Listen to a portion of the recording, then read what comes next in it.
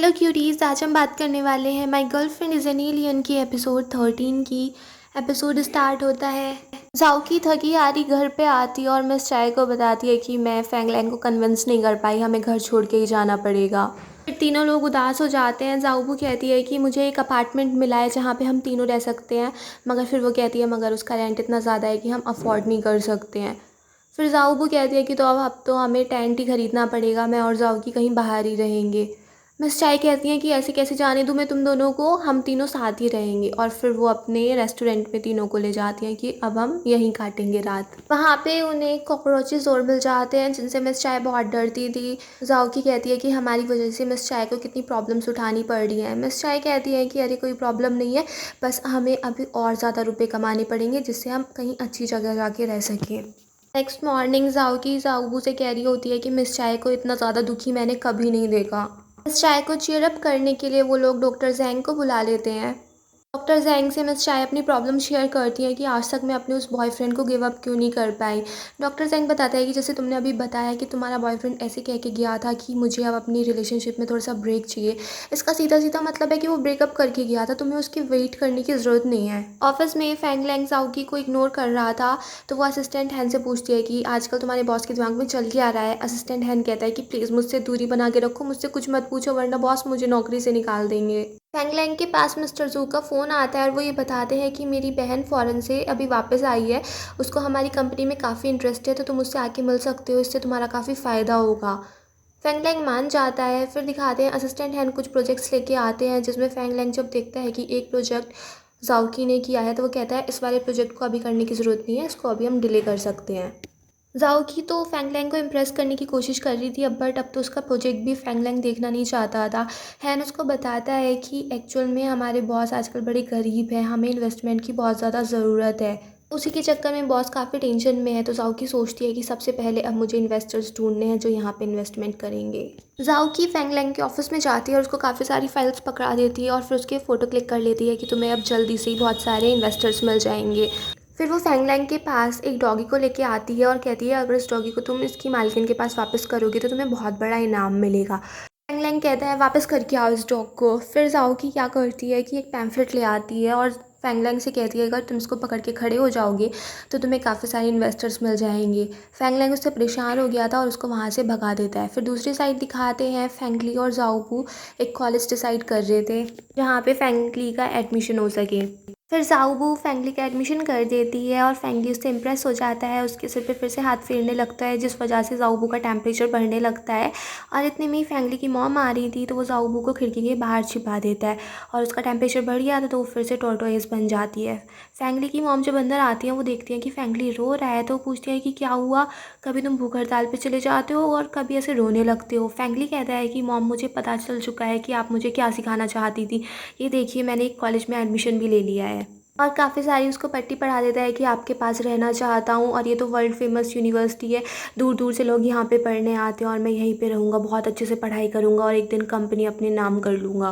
फैंगली की मदर उससे इम्प्रेस हो जाती है और वहाँ से चली जाती है। उनके जाने के बाद फैंगली जाओबू को ढूंढता है तो उसको वहाँ पे जाओबू तो मिलती नहीं है। फिर जाओबू धीरे धीरे रेस्टोरेंट पहुँच गई थी और वहाँ पे जाओकी उसे ठंडे से पानी में डाल देती है जिससे वो फिर से नॉर्मल इंसान बन जाती है। जाओबू कहती है कि पता नहीं ऐसा क्यों होता है कि जब भी फैंगली मेरे सिर पे हाथ रखता है मैं एक टॉर्टोइज में चेंज हो जाती हूँ। वो जाओकी से अपने सिर पे हाथ रखवाती है बट कुछ नहीं होता तो जाओकी उससे कहती है कि जब भी वो तुम्हें टच करता है तुम्हारी हार्ट बीट बहुत तेज़ हो जाती होगी, तुम्हें तेज़ तेज़ सांसें आने लगती होंगी। जाओबू कहती है कि हाँ बिल्कुल ऐसा ही होता है। जाओकी कहती है इसका मतलब ये है तुम्हारे सिस्टम में कुछ प्रॉब्लम है और जैसे ही तुम्हें फैंगली टच करता है वो प्रॉब्लम एकदम स्टार्ट हो जाती है। जाओबू कहती है जाओकी तुम कितनी ज़्यादा इंटेलिजेंट हो। जाओकी कहती है हाँ अर्थ पे आने से मैं बहुत ही ज़्यादा इंटेलिजेंट हो गई हूँ। फिर दूसरी साइड दिखाते हैं फैंगली मिस्टर जो के घर पे जाता है और वहाँ पे उनकी नीस मैंगफी मिल जाती है। मैंगफी फैंगलैंग को अंदर लेके जाती है और वहाँ पे फैंगलैंग के पेरेंट्स भी बैठे हुए थे तो उनकी एक ग्रुप मीटिंग चलती है। वहाँ पे फैंगली की मदर फैंगली की काफ़ी तारीफ़ें मारी जा रही थी और वहाँ पे मैंगफी फैंगलैंग को एक पार्टी में इनवाइट करती है बट फैंगलैंग मना कर देता है। बट फिर मिस्टर जू इंसिस्ट करते हैं तो फैंगलैंग मान जाता है। फिर दिखाते हैं फैंगली की मदर अपने भाई से कहती है कि ये फैंगलैंग तो बहुत चालाक निकला, मैंगफी तो इस पे ही नज़र बनाए रखी थी, अगर इन दोनों की यहाँ पे जोड़ी बन गई तो फैंगलैंग बहुत मजबूत हो जाएगा, फिर हम उसको अब उसकी सीट से नहीं हटा पाएंगे। तो उसका भाई याद दिलाता है कि अभी जाओकी भी तो है, उसको काम पे लगा दो, वो फैंगलैंग को अपने पास बिजी रखेगी। तो जाके जाओकी की हेल्प करो और उसको ऐसा बनाओ कि फैंगलैंग की उससे नज़र ना हटे।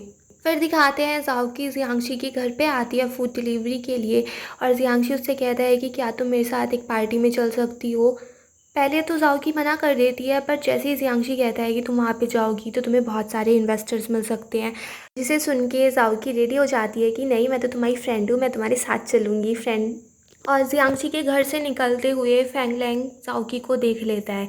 जाओकी जब रेस्टोरेंट में पहुंचती है तो वो देखती है मिस चाय बहुत खुश हैं। जाओकी पूछती है कि आप इतनी खुश क्यों हो जबकि हमारा पूरा रेस्टोरेंट तो खाली पड़ा है। मिस चाय कहती हैं कि हमारा रेस्टोरेंट तो किसी ने बुक कर लिया और वहाँ पे फैंगली की मॉम आई होती है, वो एक ड्रेस भी लाई थी और कहती है कि तुम्हें तो पैसे देके मैंने बर्बादी ही की, अब तक तो तुमने पैसे भी ख़त्म कर दिए होंगे ना, और मुझे कोई इन्फॉर्मेशन भी नहीं दी फैंगलैंग की काम की। जाओकी कहती है कि आपको तो फैंगलैंग का पता ही है ना, वो अपनी दिल की बात किसी को तो बताता नहीं है, जो मुझे मिला मैंने वो आपको दे दिया, तो आप मुझे और ज़्यादा पैसे देने आई हैं आज। फैंगली की मॉम कहती हैं कि तुम्हारी हिम्मत कैसी हुई और पैसे मांगने की, एक तो कुछ अच्छी जानकारी नहीं दी और तुम्हें पैसे चाहिए। तो वो ड्रेस लेके आई थी और कहती है कि अच्छे से ड्रेसअप कर दो। जाओकी कहती है कि मैं आपको कैसे ड्रेसअप कर सकती हूँ, आप देख रही हो ना मेरी हालत कैसी है, मुझे तो ये कुछ आता नहीं है। तो फैंगली की मॉम कहती है अपने लिए नहीं कह रही हूँ, तुम अच्छे से ड्रेसअप हो जाओ, और उसी पार्टी का इन्विटेशन दे देती है। जाओकी सोचती है कि इसमें तो मुझे वैसे भी जाना ही है और अच्छा ही है, अच्छे से होके जाऊँगी, तो ये ड्रेस दे ही रही हैं। और वो कह देती हैं कि अच्छे से ड्रेसअप होके जाना और फैंगलैंग को अपने प्यार में फंसा लेना। जाओकी इन्वेस्टमेंट के लिए काफ़ी सारी इन्फॉर्मेशन कलेक्ट कर रही थी जिससे वो फैंगलैंग को इम्प्रेस कर सके। जियांगशी पार्टी में जाओकी का वेट कर रहा था और जाओकी आती है स्कूटी पे बैठ के और फिर वो जियांगशी के साथ अंदर जाने लगती है। तो जियांगशी उसको उसका ईयरिंग दिखाता है जो पिछली पार्टी में खो गया था, तो वो उसको पहना ही रहा था। इतने में वहाँ पे फैंगलैंग आ जाता है मैंगफी के साथ। मैंगफी कहती है अरे ये तो वही लड़की है ना पिछली पार्टी वाली, और ये इसके साथ है कौन। फैंगलैंग उसकी सुनता नहीं है और उसको ले जाता है अंदर पार्टी में। पार्टी में जाओकी फैंगलैंग से बात करने की कोशिश करती है बट वो उसको अवॉइड कर रहा था, और मैंगफी वहाँ पे जाओकी की तारीफ़ करने लगती है कि तुम्हारी ड्रेस बहुत अच्छी लग रही है। तो जाओकी भी उसकी तारीफ़ कर देती है, और तभी वहाँ पे ये तारीफ़ें चल रही थी कि मिस्टर फैंगलैंग और मैंगफी की जोड़ी कितनी अच्छी लग रही है। और तभी वहाँ पे मैंगफी की एक फ्रेंड आ जाती है और वो जाओकी की इंसल्ट करने लगती है। यहाँ पे तो सिर्फ फैंगलैंग को इन्वाइट किया गया था, तुम कहाँ से आ गई, फिर किसी अमीर आदमी की वजह से इतनी महंगी ड्रेस पहन के आई हो ना। और वो फिर उस पर वाइन फेंक ही रही थी कि एकदम से जियांगशी टाइम स्टॉप कर देता है अपने मैजिक से और जाओकी को बचा लेता है। फिर जियांगशी और फैंगलैंग का इंट्रोडक्शन होता है। जियांगशी बताता है कि मैं दावन कंपनी का CEO हूँ, साथ में जाओकी की काफ़ी तारीफ़ें कर रहा था, तो जिससे फैंगलैंग और गुस्सा हो जाता है। वो कहता है अगर तुम्हें इतनी पसंद आ रही है तो अपनी कंपनी में ही रख लो ना इसे, और जाओकी से कह देता है कि कल से तुम्हें काम पे आने की ज़रूरत नहीं है, और गुस्से में वहाँ से चला जाता है। जिसे देख के मैंगफी की फ्रेंड कह रही होती है कहीं फैंगलैंग जेलस तो नहीं है, जिससे मैंगफी गुस्सा हो जाती है। जाओकी जियांगशी से कहती है कि अभी मैं उसको मना के आती हूँ, और फिर वो फैंगलैंग के पीछे जाती है। वो सोचती है कि मैं इसको ये पेन ड्राइव दिखाऊंगी तो ये खुश हो जाएगा। वो जाओकी की बात नहीं सुनता और उसकी पेन ड्राइव भी नीचे फेंक देता है और उससे कहता है कि तुम्हें तो बड़ा मज़ा आ रहा होगा ना टू टाइमिंग करने में। जाओकी कह रही थी कि मैं तुमसे माफ़ी मांग रही हूँ, और कहाँ तुम मुझ पे गुस्सा दिखाए जा रहे हो, मुझसे इतना रूडली बिहेव कर रहे हो, बात क्या है। बट फैंगलैंग उससे काफ़ी गुस्सा था। वो कह देता है कि मेरे लिए तुम्हें और कुछ करने की ज़रूरत नहीं है, और वैसे भी जिस प्रोजेक्ट पे तुम काम करनी थी उसको मैंने डिले कर दिया है, तो अब काम पे आने की ज़रूरत नहीं है, और अपने दिल की भड़ास निकाल के वहाँ से चला जाता है। बेचारी जाओकी बहुत ही ज़्यादा दुखी हो जाती है। फिर फैंगलैंग मैंगफी से जाके कहता है कि मैं पहले जा रहा हूँ, तुम किसी और के साथ घर पे आ जाना। फिर जाओकी अपनी पेन ड्राइव ढूंढ रही थी और तभी उसको खुश करने के लिए वहाँ पे जियांगशी आ जाता है। जाओकी उससे पूछती है कि तुम्हें मैं कैसी इंसान लगती हूँ, क्या मैं बहुत ज़्यादा अनोइंग हूँ। जियांगशी उससे कहता है कि ऐसी बात बिल्कुल भी नहीं है, तुम तो बहुत ज़्यादा काइंड, बहुत ज़्यादा जेंटल। और फिर वो देखता है कि जाओकी का मूड अच्छा नहीं है, तो वो उसको समझाता है कि ये मून देखो, जैसे कोई लोग इसको कैसा मानता है, कोई लोग कैसा, तो हर कोई इंसान हर किसी को इम्प्रेस नहीं कर सकता है, सबके अलग अलग पॉइंट ऑफ व्यू होते हैं। फिर कंजर्वेशन ऑफ मास क्या कहता है कि अगर तुम्हें कोई गम दे रहा है तो कोई तुम्हें खुशियाँ देगा, तो ये लो, ये टॉफ़ी खाओ और इससे तुम्हारा मूड बहुत अच्छा हो जाएगा। फिर जियांगशी बताता है कि तुम्हें पता है मैं टॉफ़ी हमेशा अपने पास क्यों रखता हूँ, क्योंकि बचपन में अकेला रहता था, मेरा कोई फ्रेंड नहीं था। एक बार मैं गार्डन में छुपा हुआ था, तभी एक लड़की आई, उसने मुझे एक टॉफ़ी दी और उसने कहा कि इसे लेके मैं बहुत ज़्यादा हैप्पी हो जाऊँगा।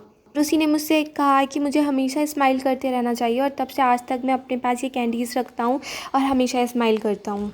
और फिर वो कहता है कि चलो अभी पार्टी बोरिंग हो रही है, मैं तुम्हें घर ले चलता हूँ। जाओकी से ये भी कह देता है कि तुम स्माइल करते हो बहुत अच्छी लगती हो, इसलिए हमेशा स्माइल करती रहा करो। और फिर यहीं पे ये एपिसोड फिनिश हो जाता है। अगर आपको ये पसंद आया हो तो प्लीज़ मेरे चैनल को सब्सक्राइब करें, लाइक करें, शेयर करें, कमेंट्स करें and bye bye till next video.